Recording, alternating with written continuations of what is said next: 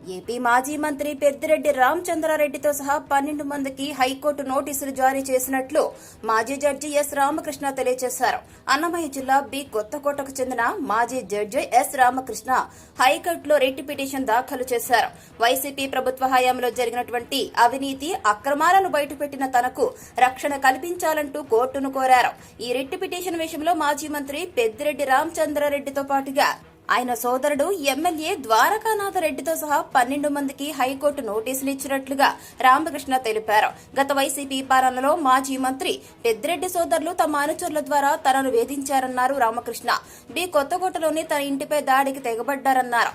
గత నెల 27న ఫోర్జరీ సంతకాలతో ఒకరు తనపై తప్పుడు ఫిర్యాదు చేయగా కేసు కూడా నమోదు చేశానన్నారు. తనపై తప్పుడు కేసు పెట్టారని స్థానికంగా సీఐతో పాటుగా అన్నమయ్య జిల్లా ఎస్పీకి ఫిర్యాదు చేసినా పట్టించుకోలేదన్నారు. ఆయన గతంలో జరిగిన సంఘటనల్ని ప్రస్తావించిన రామకృష్ణ తన ప్రాణాలకు ముప్పు ఉందని అత్యవసర పిటిషన్ కింద స్వీకరించాలని హైకోర్టును కోరినట్లు తెలియజేశారు.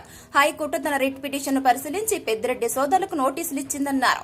ఈ రిట్ పిటిషన్ పై విచారణ చేసి నివేదికను అందజేయాలని అన్నమయ్య జిల్లా ఎస్పీని హైకోర్టు ఆదేశించినట్లుగా ఆయన తెలియజేశారు. హైకోర్టు నోటీసుల అంశంపై మాజీ మంత్రి పెద్దిరెడ్డి రామచంద్రారెడ్డి స్పందించాల్సి ఉంది.